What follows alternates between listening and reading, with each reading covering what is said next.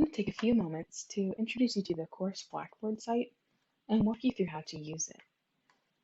This is the course Blackboard site for my Religious Studies 102 World Religions course.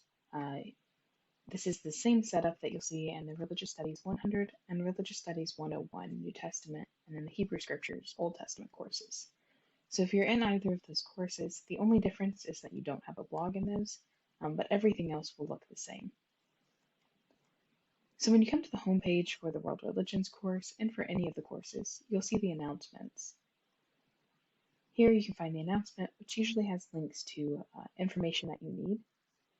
You can look on the left-hand side and click on announcements to find a history of past announcements as well. Under instructor info, you can find my email address and info about my office hours. You can also find this in the syllabus. And under the syllabus link, you can find the infographic syllabus, as well as the plain text syllabus. So if you use a screen reader or like the cleaner plain text look, you can access both of those there. Blackboard Collaborate is available here. And this is how you can meet with me during office hours. It has an option to do video chat, but you can also do just voice chat or just text chat. If you meet with me during office hours, I'll be in the room. And if it's an appointment, then I'll schedule a separate session, and it'll be listed here with a specific number for you. So just to walk you through what this looks like, you'll click on the session, say join the course room, and then it gives you an option to enable your video and your audio there.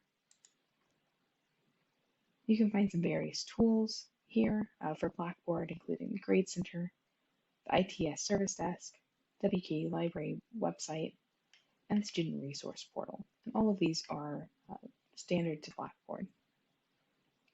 In my courses, you'll see lessons.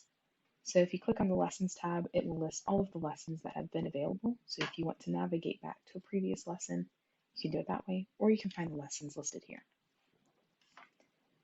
Under each unit heading, you'll find the lessons for that unit. I have lesson 1 available, but then you'll see lesson 2, 3, and so on. Each lesson will look like this, and you can click on the links in the lesson to take you to that assignment. So if you want to read the syllabus, click on it and it will bring up a new page with the syllabus here.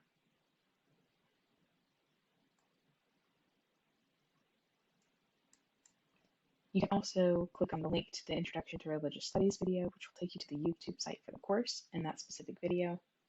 This will link you to the plagiarism quiz, this to the discussion board, this to the quiz, and so on.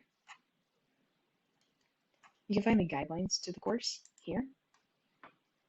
And these are things like the blog for the Religious Studies 102 course, the project for all my courses, some of the different examples, project check-in worksheet, and some other guidelines here. If you're in the RELS 100 or 101 classes, you'll see your research paper guidelines here as well.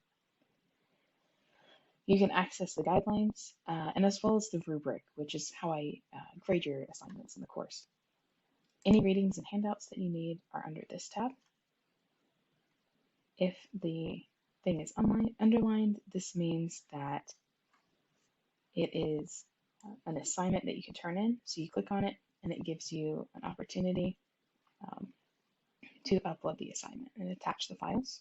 So you'll say browse my computer and make sure to upload in a doc or PDF format so that I can actually access your work from a PC.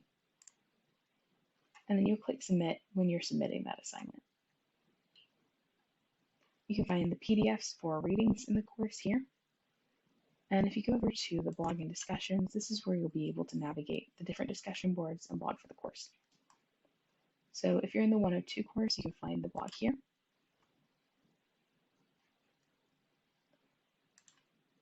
I can view the different course numbers, and you should be able to as well for the blog, though not the journal. And you can just simply say create blog entry and type your blog there. I do recommend when you submit blogs or discussion boards that you pre-type in a discussion or in a Word document and then post it and paste it here instead of typing directly, just in case it loses your work. You can find quizzes here. You click on the quiz, it gives you the directions, and you simply say begin. So be sure to read the directions. It talks about when time expires, things along those lines. And then you'll just click on what you think the correct answer is for the question before you say save answer or click the arrow and move on.